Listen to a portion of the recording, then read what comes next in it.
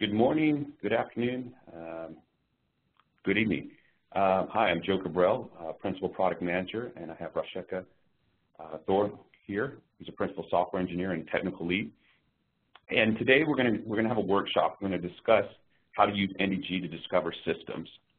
But before I get there, I just wanted to bring to the community's attention that we are looking to expand and help out in terms of delivering information and ideas, and this is expanding our community. We're actually making a separation from the automation community. We want to dedicate our discussions, our ideas, our polls into our single community. So this provides us a clear, concise mechanism for us to share those ideas, share our concerns, and have better flow of information.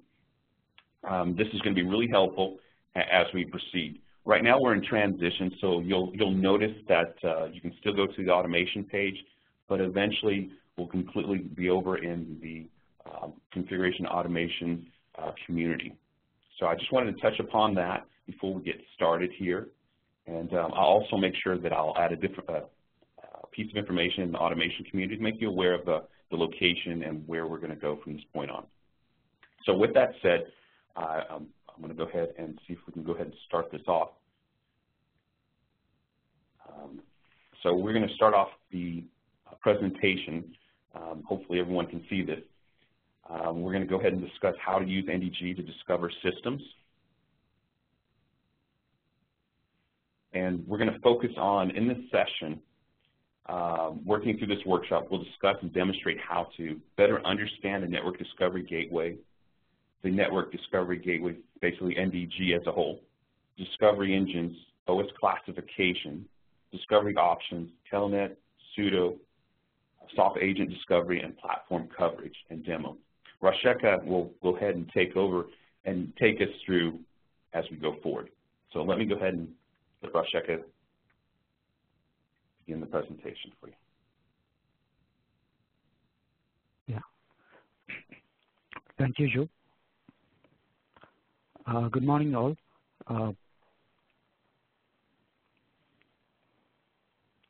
So we will learn how to use NDG to discover systems in this workshop.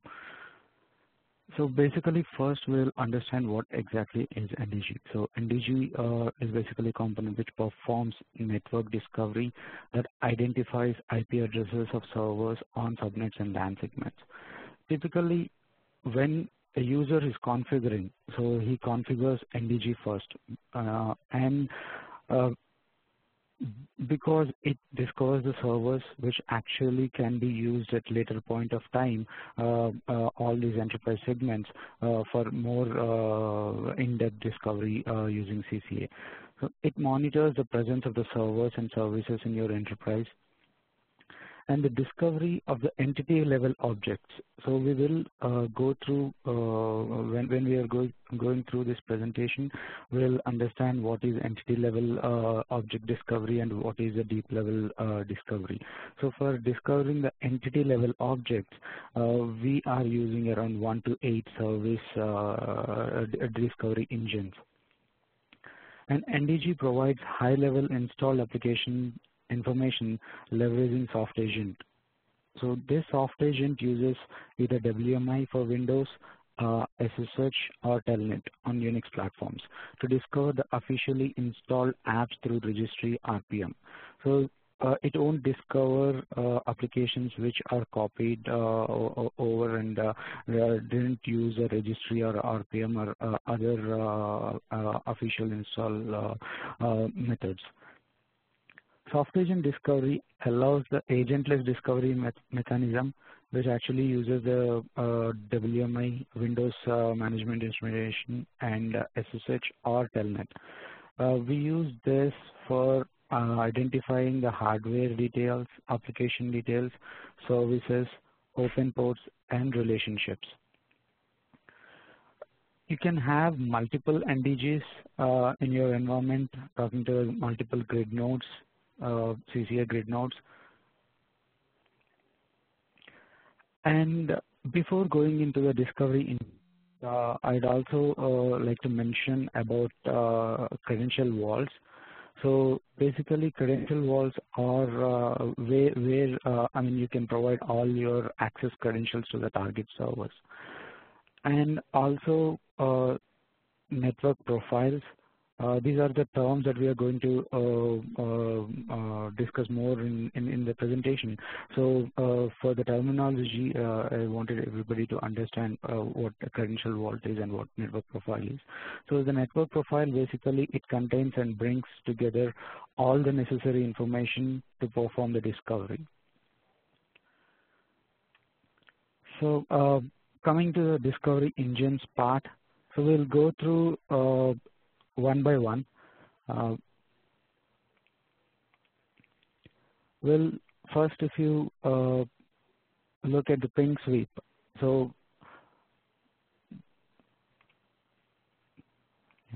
if you look at the ping sweep, it discovers basically the subnet or LAN using ICMP ping requests to perform the entity level discovery against a supplied IP range. So it leverages the ICMP bursts to maximize the performance of network discovery.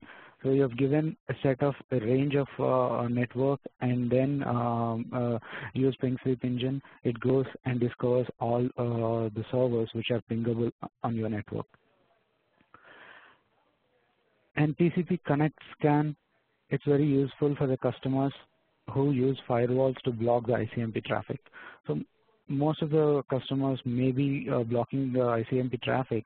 So in that case, if they know on their environment specific ports are open, so they can use that ICMP to connect to all the machines in the LAN or subnet, and then discover those using TCP connect. By default, TCP connect uses port 7. Instead of ICMP ping request, but that can be configured. Hey, Roger? Yeah. What if they're using NATed IP addresses? What if they're using, like, you go through the router and they translate the IP address to something different? So on the other side of the firewall or router or whatever, IP addresses are totally different. So if you got an agent or whatever, it can come out. But if you're trying to go in and discover them using that IP address range, say whatever .1 through 4, when you go in, it translates into something different. What would be the best method of getting those guys? Yeah. So basically, you don't have to answer now, but I'm just throwing it out there. Yeah. So basically, the NATed subnets, what happens is, since this is an agentless discovery, so NDG needs to reach out to the subnet, the target servers on the subnet. If that is not possible, so there is only a mechanism where we can install NDG in that particular subnet where it can reach to the target servers, and from there, so that is where you can use multiple NDGs to talk to a CCA server. So in each subnet which is under a NAT, so you can use a different NDG for that, discovering those, and then that can be pushed to CCA.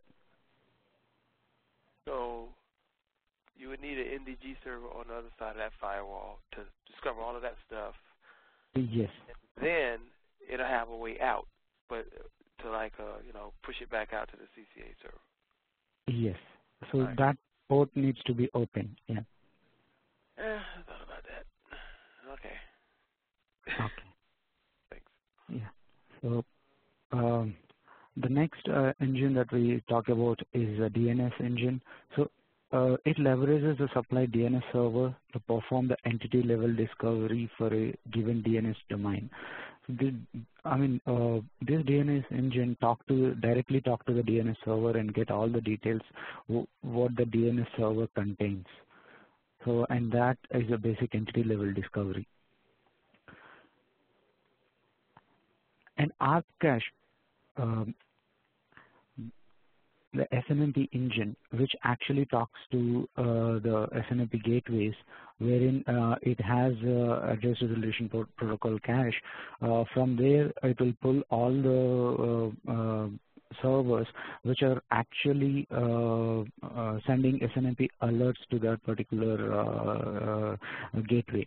So it can go deeper in the there are two the base level discovery over here and also the deep level discovery. In the sense, from one router I can reach out to another router, and then from there on I can get more details with respect to the other target servers. So I can do extensive discovery using that, or I can just limit to whatever router that I'm talking to. So that is all. Hey, Roger. Yeah. Okay, so the gateway discovery or ARP cache, you're going to need community strings for those. But what do you need any additional information for the DNS server engine discovery? DNS engine, we need IP address of it, and the zone transfers needs to be turned on for that on the DNS on the DNS server. Excuse me, the what transfer? Zone transfer. Okay, so we're going to need some help. All right. Okay. So this ARP cache engine supports not only SNMP v1, v2, it also supports v3 as well. It requires, to do that, it requires SNMP credentials. So that credentials is part of, you can put that credentials in a default credential vault. From there, it can pick those credentials. And the objective of this will be kind of like as your initial discovery, you can go out there, you can name your segment, your initial or ARP cache that you want, and either just do that one and find out whatever is on there, or you can say, okay, kind of keep progressively going and find another routers and pull in their cache as well. Get all the IP addresses, and then run some other discovery against them, right? Yes. So the next one, the next engine that we are going to talk about is NetFlow engine. It leverages the data feed from the NetFlow enabled routers to passively discover hosts and their communication relationships. So this is the other engines are basically active engines, and this is a kind of passive engine, so user don't know that something is getting discovered. So it is you need to configure the NetFlow routers to send the data to NDG, and once that is configured, NDG will listen on the port and read the data and perform the entity level discovery and the communication relationships as well. So each NetFlow packet will have a source and target IP, so it can also create a communication relationships based on that. And the next engine that we are going to talk about is CTA engine, which actually sits along with NDG. So when you install NDG, it asks you to install WinPK server. So once you install that, so that is a CTA engine which actually sits with NDG, and it leverages the packet sniffer technology to passively discover the host and their communication relationships. So it identifies extended attributes when deep packet inspection is available. So to some extent, all the packets it analyzes and creates a host communication relationships as well.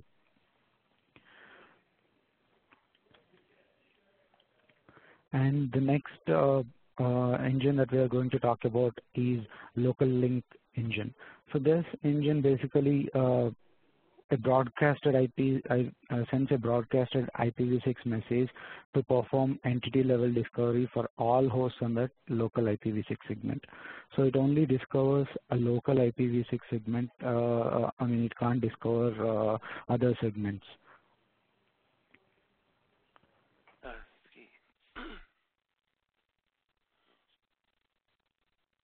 Yeah.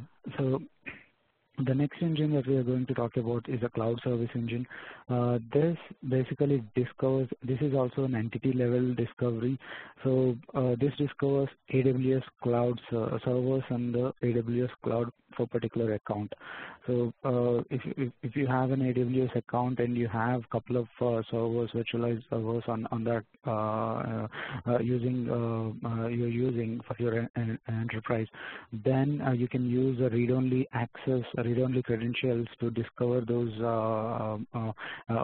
for entity level discovery. So for the cloud services, read-only entities, read-only into what? I mean, are we talking about if you're going into the cloud, is it SNMP read-only, or I mean, how are you pulling that up? Yeah, we talk to AWS services using their APIs, web Okay. services APIs, and get the basic details which are available, like host name, IP address, those kind of details. We'll get the basic entity level discovery out of it, and then if soft agent is possible, we'll do the soft agent. Basically, it depends on the configuration that enterprise is doing. So soft agent has the limitations. It requires a connectivity. Sorry, it requires a connectivity to the target server, either by WMI, SSH, or Telnet. Right. So initially, with the entity level discovery into the cloud, if you go in there with read-only, you pull back. Mostly, you're gonna get IP addresses, or at times, can they list the actual host name? Yeah, actual host name, IP addresses. Yes. Yeah. And this is all part of the current release 12.8.1, where this capability was brought into the product. All right. So yeah, thanks. So each method basically can be specified. All these engines can be specified with or without soft agent access. So what exactly the soft agent is? Again, it discovers more deeper, for the target server, all the attributes like hardware, BIOS, memory, physical, CPUs, and physical disks, file systems, applications installed, ports, open ports, services. So all this can be discovered using a soft agent. So if selected along with these engines, what happens is first you get the entity discovery. Once you get the servers, you will go and do a deeper discovery on the servers using soft agent. So, and also each method of this can be used. So there are a couple of for NetFlow and CTA, there will be a default relationships that you'll get. So that's a benefit for those engines. But the remaining engines are not like that. So they require a soft agent to get those relationships built.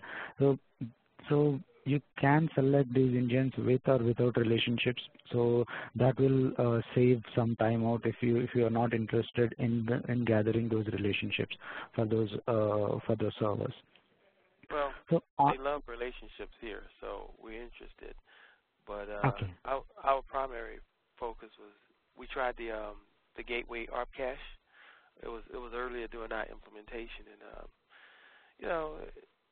well, they pulled back a bunch of IP addresses when we could get it to work, but it was a constant hassle with the network administrators to get the credentials needed to do this. And we wasn't sure how to organize that data. So we kind of convinced management that soft agent discoveries would produce the most information, Okay. So basically, we are putting NDG servers all over the place at the VA to try and actually, we've got service accounts on Windows, Linux, Unix, AIX, whatever, to pull this information. So if we got soft agent permission, let's just say department-wide, right, EO-wide, Okay. do we need any other engine? Say if we're going to a Philadelphia site, right? But we kind of know they got Unix and some Windows servers. Do we need any other engine if we know what we got, or do we need something like a SNMP, or if we want to know what we don't have, out there? Like if you management may say you got 100 machines. Maybe it's 120, but nobody knows. So how would that would be more of a, if you wanted to do a discovery of the unknown, what would that be? What would be the best route for that? Yeah, the best one is basically the ping sweep or yeah, TCP connect. Basically, why? Because I mean, most of the customers are like, I mean, they use this because if you take any other engine, it is limited to what your basically your environment, how your environment is behaving. Like let's talk about the SNMP engine. So it may not, so all the servers may not be sending alert to the SNMP gateway.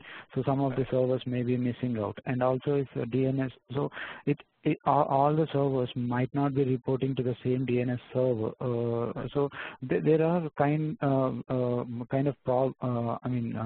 limitations to each engine, but the most sought out engines is ping sweep and TCP connect, because it doesn't, I mean, only the blocking part for this is if in an environment they decide to stop the ICMP traffic. So there you have challenges with ping sweep. Otherwise, you can really use ping sweep for your purpose.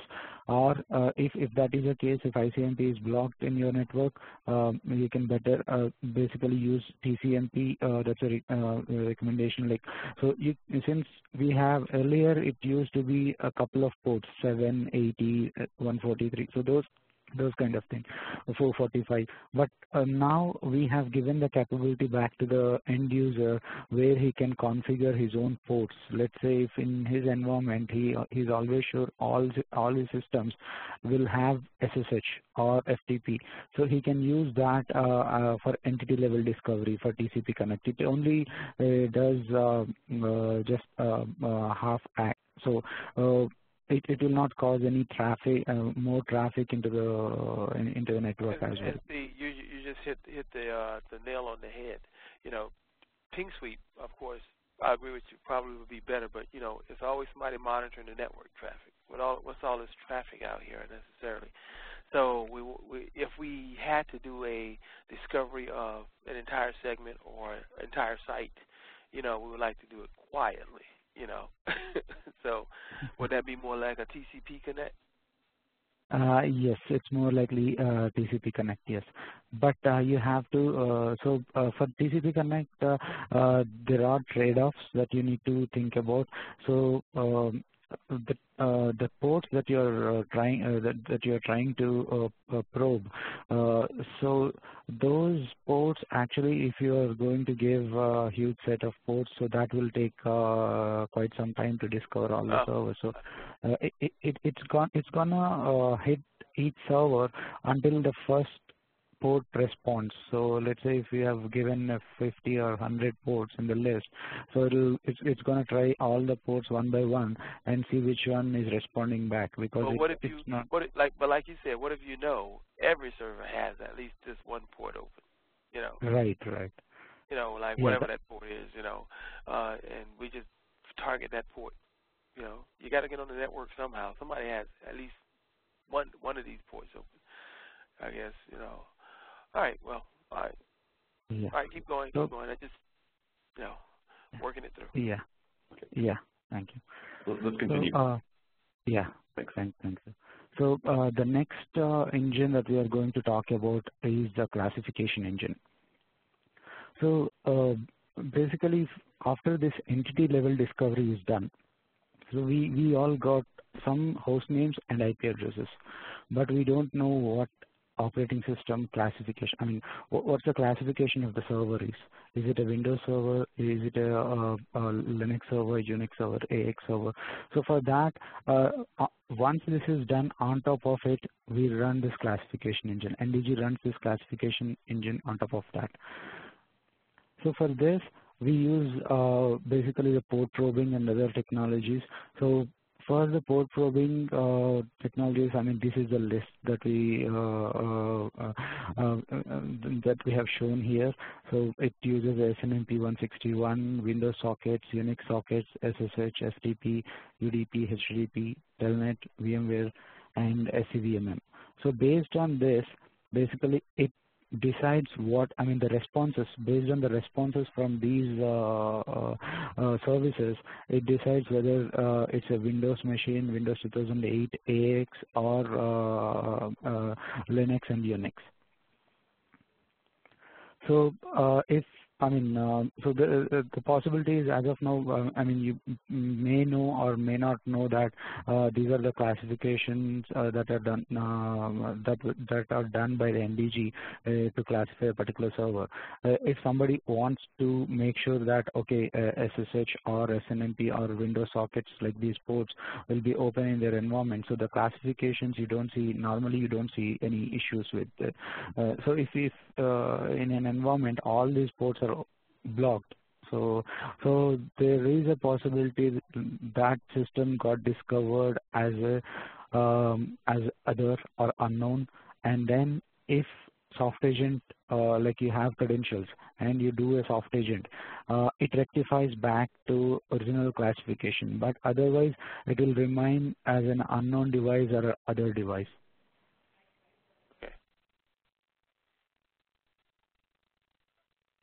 And there are a couple of options when we are doing these discoveries with soft agent.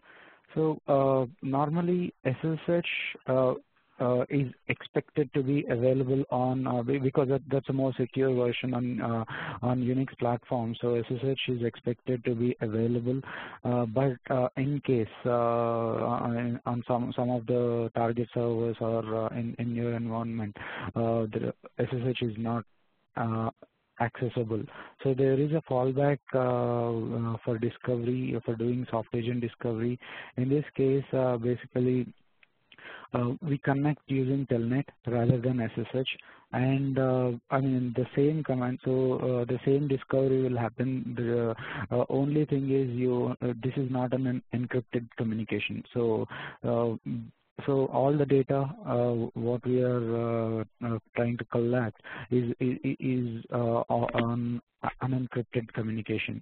So that is the reason we default disable this option. But if somebody wants to turn this on, if they still want to do a soft agent discovery on target servers, they can still go ahead and do this. And the main challenging part for the discovery is a sudo. So normally in an enterprises, root accounts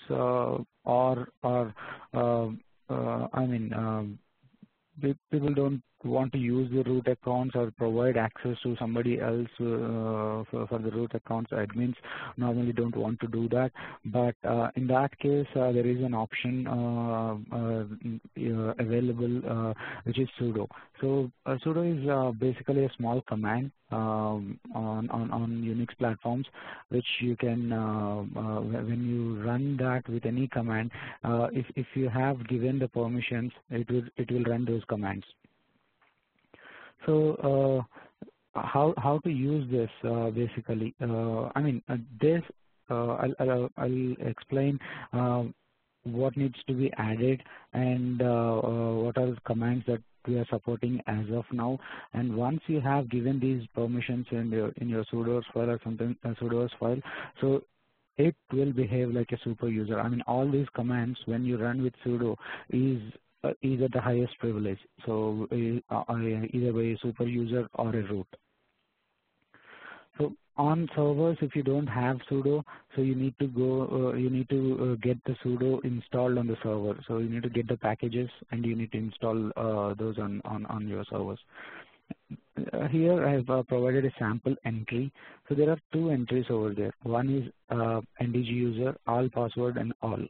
So this suggests that the discover, when we are connecting to a target server, this means whatever commands that we run, so all are allowed with sudo. So there is no blocking of only particular set of commands are allowed to run with the highest privileges. It's not like that. It's always all commands can be executed using sudo command. The second one is more specific and targeted to what that user can execute as a super user. So in this we can specify a set of commands with full paths like /bin, /uname, /bin, /echo. So all these can be kept over there, and when NDG does the discovery, when it uses these commands, it will get the data. So it will run with the highest privileges and gets the results. If that is not the case, you may not be able to see that particular information in your in hardware or applications, so in the soft agent discovery. So how to do, these updates in your Unix environment. So normally there will be a file called etc sudo. So in that file you need to add, once you install sudo, it will be available. So you have this sudo file where you can in the previous slide, we have seen NDG user. So you can just copy paste that and then say replace that NDG user with the actual sudo user that you have created, and then you can use the prefixes no password, no password. Once you have given that no password all, you can use sudo prefix and run those commands. So this top level, so here the first entry grants permission to all, and the second entry grants permissions to only a couple of the commands that we have added. And it also requires, there is one more entry that is available in the sudo's file. Probably that may be enabled by default, but you need to disable that as well, which is default require TTY. What that says is you require a TTY session to run any commands any commands on the server. So, but NDG don't use a TTY. TTY means a terminal, so it requires a terminal to run any command. So, if you log in using any tools, SSH client tools like Putty, you will be able to log in and run those commands without any problems. But when you are doing an NDG discovery, you won't be able to see any of the data because this may be set to enabled. So you need to disable that as well. Okay, well, I need to understand this a little more about TTY because we ran into this problem numerous times. So if you're doing NDG discoveries, you need TTY set enabled? You need to comment that line out. There will be a line. So you comment it out of the, we don't need it. Yeah, right. Okay. Because that was a big issue with us. Do we leave it in? Do we leave it out? So we commented out. What if you remove it?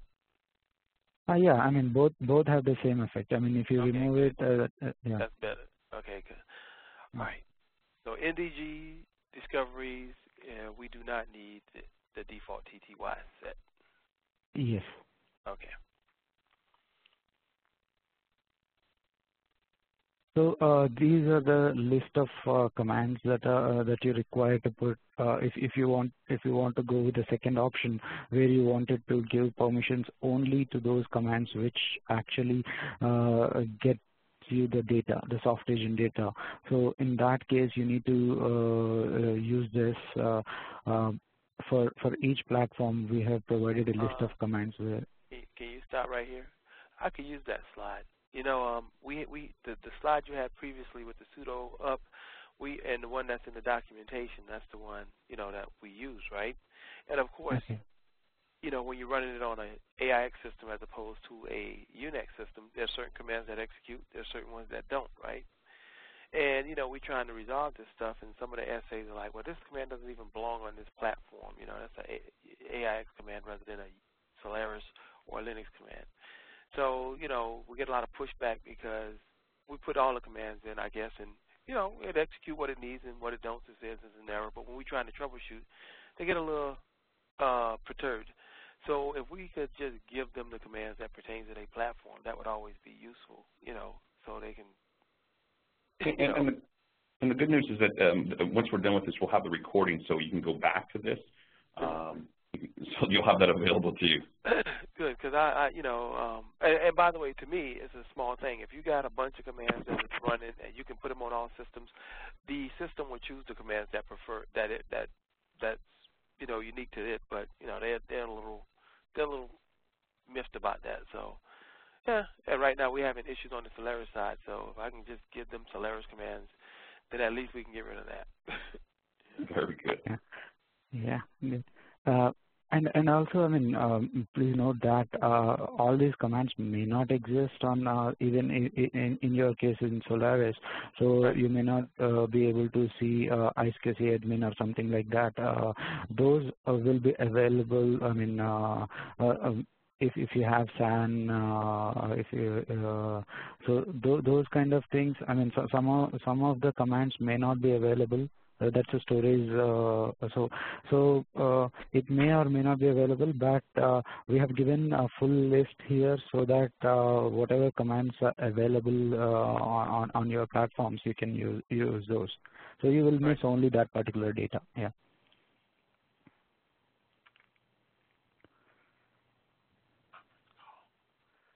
So from the software agent discovery part, so this is a subset of what we have, what we are gathering.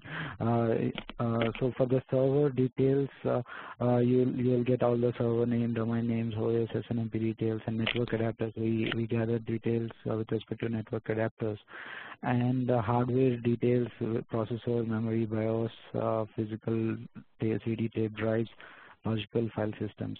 And applications, you can get all the applications installed on those servers, and the services and daemons, a list of services which are running or stopped on the particular servers, and open ports.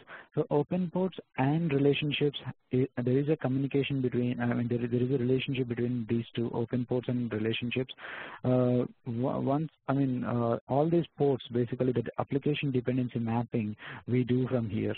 So you need, so we use netstats to get those details out, and then using that we build that application dependency mapping. So that relationships you are seeing, so server name, IP port, those all those and communication types. So all these coming from both of these open ports and relationships. Right. So right. Okay. Yeah, I see that. Okay, I got a question because yeah.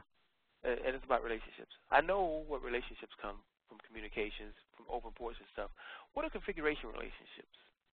Are they based on the ports and also the open ports as well? Basically, those are not from NDG as such. Those are from blueprint perspective. So once you have, you have a blueprint wherein it says that there is a communication. Basically, there is a concept. Let's say there is a config server.xml or something like that, wherein you mention that there is a server which is running on this, or there is a database which I'm connecting to. So those kind of details, if there are some details like that, which we can pull out and then show them as a configuration relationship. So because either we have an agent on the box and maybe a discovery was done before I did the NDG, but if no agent is on the box and I do an NDG discovery, would it have configuration relationships in it? No, configuration relationships only comes when you have set the server into managed state and assigned the respective blueprints or management profile to that server and do a discovery. So in that case only you will get it. Okay. All right, I was wondering. So yeah, we got agents out there, so it came from that. All right, good. Okay. So, and SAN and virtualization. So for SAN, it's like we discover both the storage devices as well as the systems. So we build the relationships between these two. So we discover the storage systems and get the details out of it, and also we discover the target servers and then map these two for which LAN and those what is getting used on the target server, those kind of details. So we will pull all the details and show both at server level, also at storage level. All right. Yeah, sorry, go ahead. Well, one of the things when I told the Solaris guys that, I can't find your physical disk, and they said, well, it's a virtual machine, and I was like, yes, I know, but they should have some disk associated with it. So if it's a virtual machine, should we still be able to discover the physical disk or whatever disk associated with it? It should be even. I mean, it should discover the disks. If it doesn't matter if it is a virtual machine or physical. On the AIX side, we, which they gave us a service account, a Sudo account, and they put us in the admin group. When we discovered their systems, they might have been virtual or whatever, but it discovered a ton of hard drives. We cannot pull that physical information from Solaris, but that's a different discussion. But I thought it should discover at least 1 or 2 drives, but all right, different discussion. Carry on. Okay, sure. So the virtualization is again basically on we support a lot of virtualization platforms to be discovered like Zen, VMware, Hyper-V, Solaris Zones. So all these we build a relationship. So we discover the host servers and also the guest relationship with that particular host servers, and we show that as a relationship. So the parent-child relationship will build all those and guest types and startup types as well.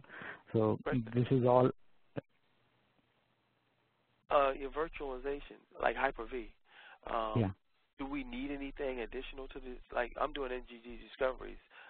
You identify a virtual server. I'm going in with my soft agent. Is that all I need? SSH. I noticed that with the blueprints, say what Lata is doing, they said we needed the Hyper-V account and password. We needed additional information to go in there and discover the virtual stuff. So from your standpoint, what do we need anything additional than say like the SSH, the service account, the soft agent account? Yeah. So here NDG does 2 way. I mean, it tries basically the first is WMI. So it uses the WMI to WMI technology to leverage the WMI technology to get the details. If that fails, it will use the SCVMM technology. So so in that case, you may need to have the password, username, passwords need to provide in the credential vault. Otherwise, it can use the WMI credentials. Yeah. Okay, so we got WMI. Well, wait a minute.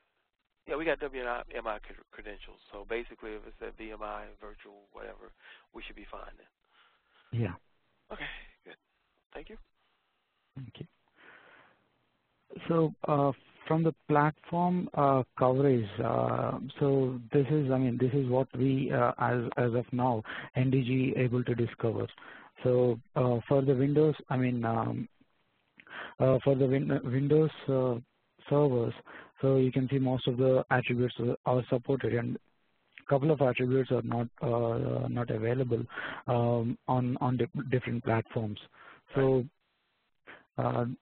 this, you can use for like on what platforms what is getting discovered and what is not getting discovered. You can take a look at this, and there may be, then you can do a troubleshooting kind of thing. So troubleshooting is also possible. So we have added what commands that we are executing on target servers, and also what results that you are getting in. Not exactly, we are not publishing that result what we are getting it, but at least we are saying okay, something went wrong with this command also. This will help, because the one thing I don't want to do is waste, support's time, the FA's time, or my time, if what I'm looking at is normal.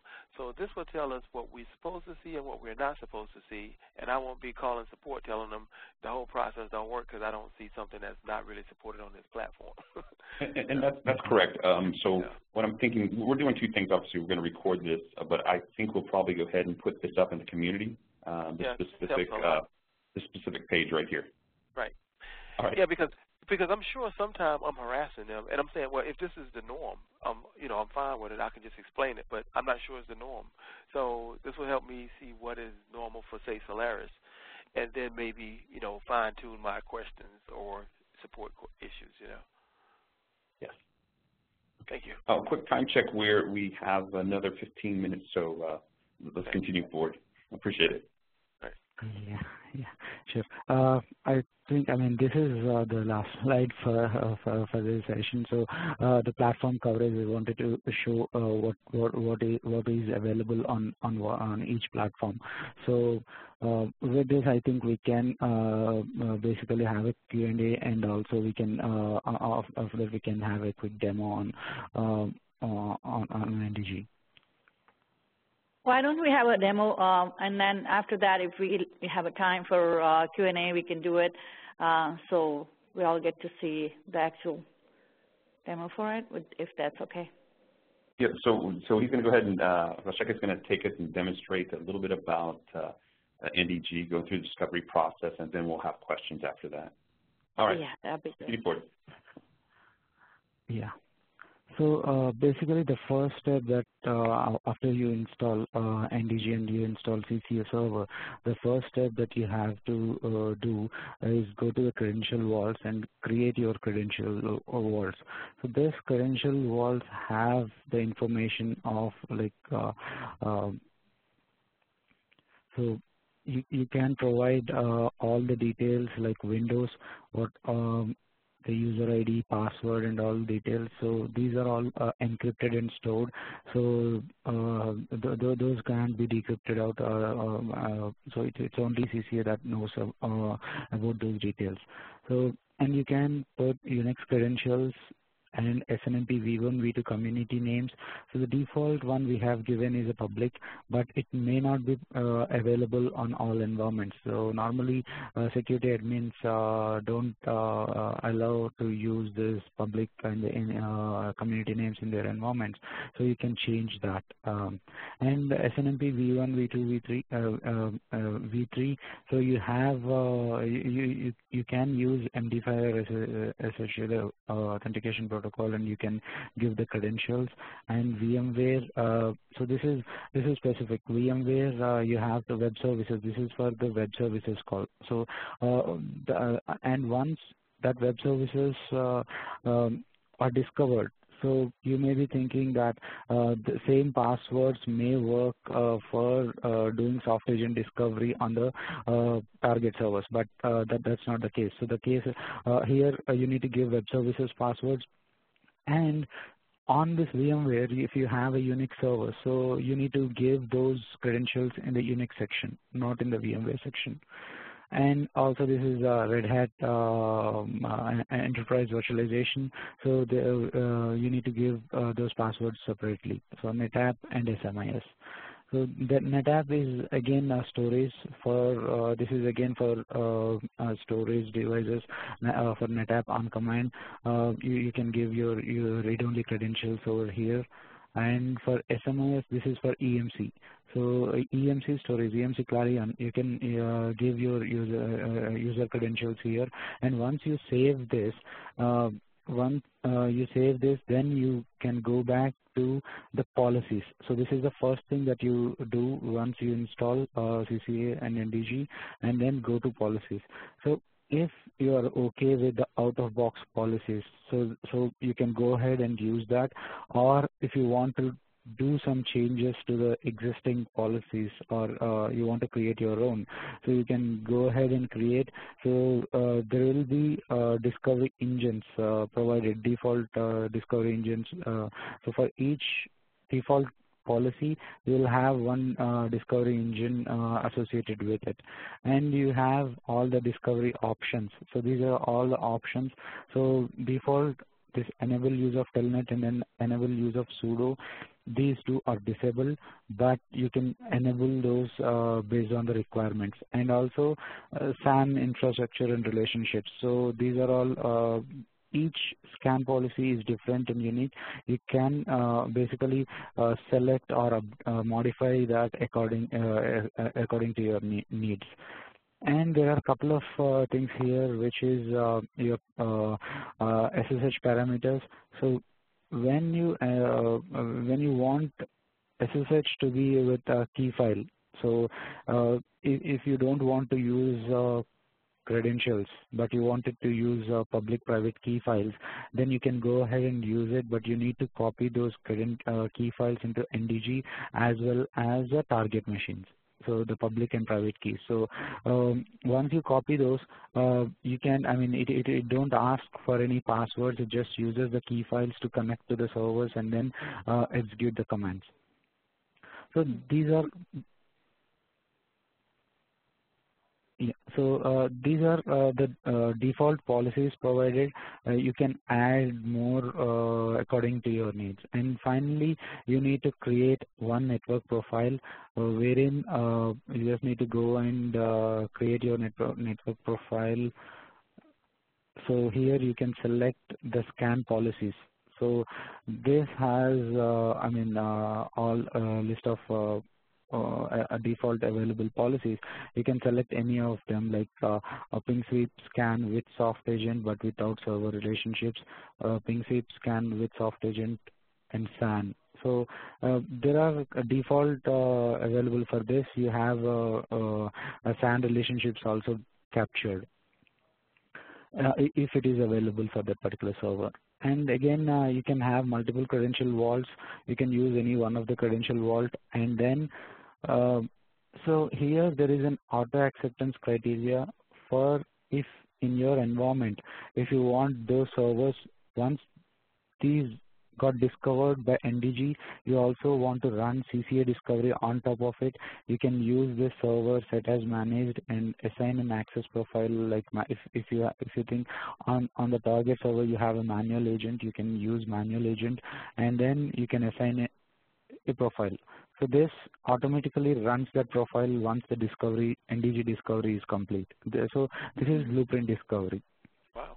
Okay. That's nice. So, and you can provide host names and also IP addresses. So you can either add them from files, or you can directly manually add them. So it supports all wildcards. So you can give all the wildcards as well. So this is the exclusion list. So what happens is, in an environment, I wanted to discover all my missions, but I want to exclude some of, I know from 1 to 10, mostly those are gateways or DNS servers or something like that. So I don't want to include them a certain range. So I can specify that range here so that those missions will not be probed.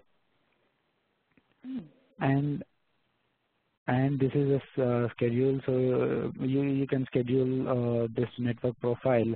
You can schedule this network profile to a later point of time, or you can run ad hocly. And also you can specify a notification profile.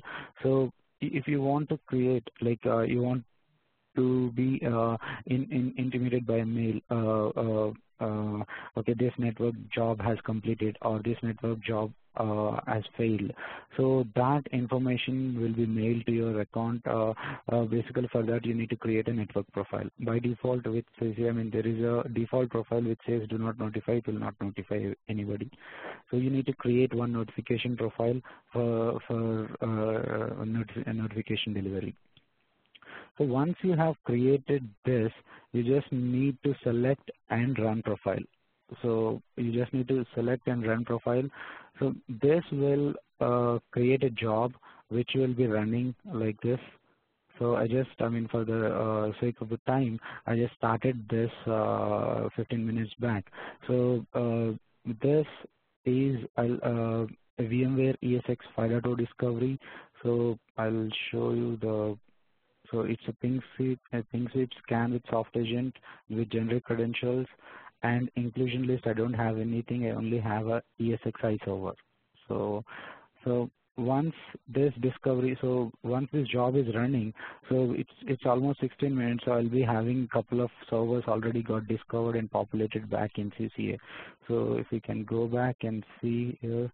So all these machines which you are seeing here, OS details, these got soft agent. The rest of the servers didn't got soft agent because the passwords, it may be because of the passwords or maybe because of firewalls or something.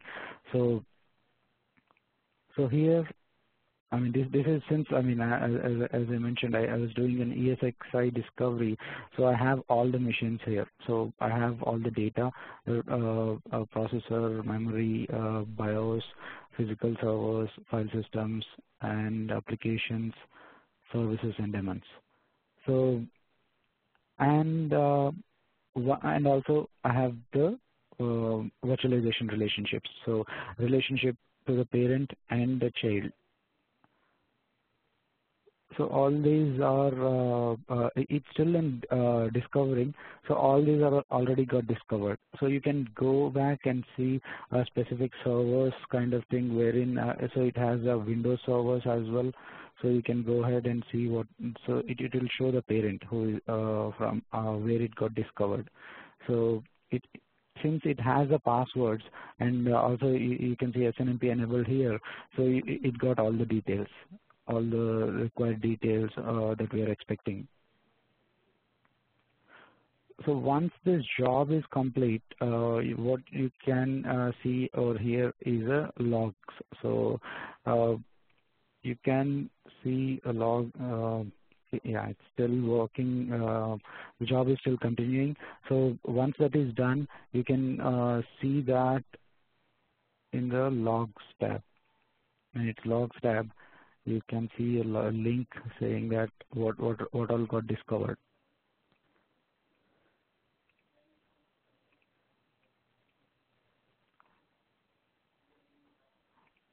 Yeah, this is an older job. This is some older job which got completed. So if you have seen, so you can see all the list of server names here. And also you can see there are some, I mean, it's trying to connect to this, for this particular server, it's trying to connect to the WMI using the access credentials, and it got denied.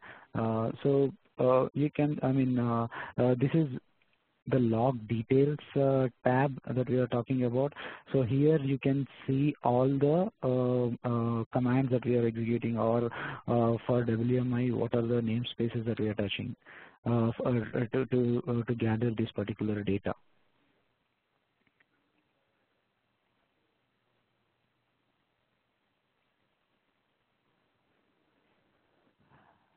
Yeah, so that is all about, I mean, today's presentation. So if anybody has any questions, I think I can answer this now. So I have just one confirmation. I think you mentioned that with the new version, when we do the NDG on IP ranges, we will bring in the host names, because that was not the case before, I think. You know what engine you use? Is it going to bring in host names? That's what I'm asking. When we use the IP ranges and run discovery on those, would it bring in the host names along with the IP address and all that information? Before it was just the IP addresses that I would see in the UI. Yeah, I mean, it will basically what we do around 5 different techniques to get the username, but if all the techniques fails, so the last resort is the IP address. Which version are you using in? 12.8 SP1. Okay. 12.8 SP1, I think you should be able to see the host names as well. So if you're not able to see those, that means all the resorts have, I mean, all the 5 fallbacks have been failed. So none of the DNS resolutions are happening, not even the soft agent or even the probes or pings. So those kind of everything might have failed. So that may be the reason that you're seeing IP address instead of a host name. No, but we have to look into. Go ahead, Brian. If we discover a network segment and we're using a particular profile or engine, right? It depends on what we're doing. Now, if we're going to just go say this, we're going to discover this network segment, and we're going to use soft agent discovery. Yeah, like you said, it's going to attempt to log in using either Windows or Unix access or whatever. If it can get in there, it'll pull back the necessary information. If not, it's just going to be an IP address. But also, if we use ARP cache, that would just pull back IP addresses, right? Yes, that will. Yeah, well, it depends on what you do. But if we use a soft agent discovery on a network segment, say at Philadelphia, we're going to discover this whole thing. We're going to use our credential vault, and we're going to use soft agents. It's going to take a while, but if it can get in there, it's going to pull back pertinent information, right? So it depends on what engine you use, discovery engine. Yeah, but mostly we are using soft agent to discover our, right. Right, if we hit them with the soft agent launcher, if they can get in with Windows or Unix or whatever Unix, we should pull back host name and any other pertinent information.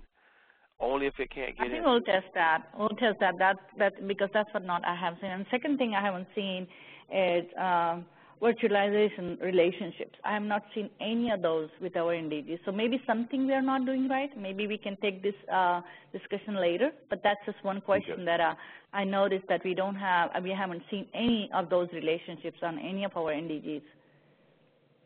Okay, which virtualization technology you're using? Honestly, I have to get back with you later because I don't remember that V one, VMware. I don't know which one we have used. But what do we need to do in order to get the those virtualization relationships? Because I haven't seen any of those in our discoveries. Yeah. So if you're using VMware or RHEV, Red Hat Enterprise Virtualization, so you need to give the credentials in these tabs, VMware and RHEV. If you are using any other technologies like Solaris Zones, IBM LPAS, so you need to provide those credentials in the Unix section of it. Okay, so I see. And who will provide us that? The SAs itself or the owners of the system? So we're just like we set up our credentials with Unix and Windows. Those are the people who will go to get that information? Yes. Okay.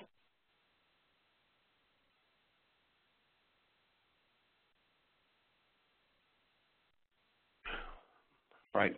Is there any other questions? Anyone else have any questions?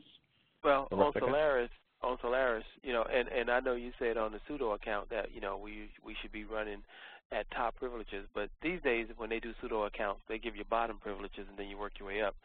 So as a result, on Solaris, I'm not seeing physical information in logical volumes. I'm not seeing physical disk information or logical information. You got any insight into that? I mean, is it just that the commands are not being ran, or maybe the commands that are being used I don't have permissions for and I need to request elevated privileges?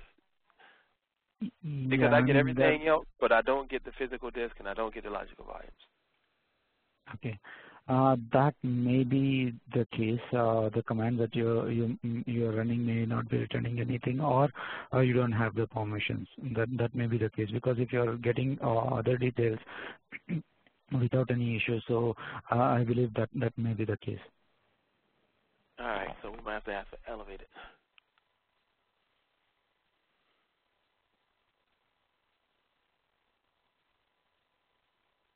All right, Lata, any more? No, I think I'll pretty much. I'm sure there might be other attendees. They might have questions. We got our share. Thank you so much. That thank you, Roger. Thank you. Yeah. Thank you, really. Appreciate it. This was a good session. Well needed. Well done. Thank you. Really, a lot of good information there. And I saw your recording button down there, so I was kind of at peace because I know we'll get to go over this again. Yeah. And especially with the new version, I'm hoping to see better results than what we had before. Yeah, I noticed you guys expanded your credential vault to include Red Hat and other things. Am I mistaken, or was that an expansion? Red Hat is already available. Oh, okay. In the earlier release, I didn't see a Red Hat or whatever, not unless I just wasn't looking,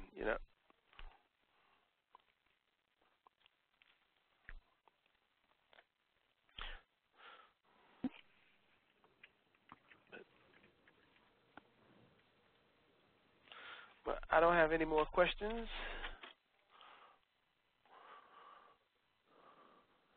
Okay. Thank you. Joe, you.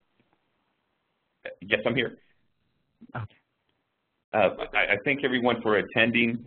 Is there anyone else have any questions? Pablo, any other attendees that may have a question, feel free to chime in.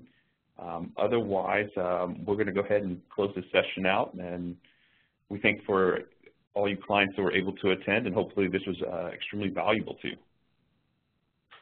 It was indeed. It was. Yep. Good. And thank you for attending. We'll post the recording up on the community. As I said, we're transitioning the community to dedicate more into the CA automation configuration community, separating that from the automation portion of it, so we can just focus on our specific details around configuration automation questions, and eventually get to a point where we're sharing more ideas between, you know, client to client, partner to partner, and CA to client and partner. And so I'm really excited about what we're getting into. So again, I thank everyone for attending. Feel free to go ahead and do our poll real quick and let us know how we did. Once again, I thank you for your time and thank you for attending.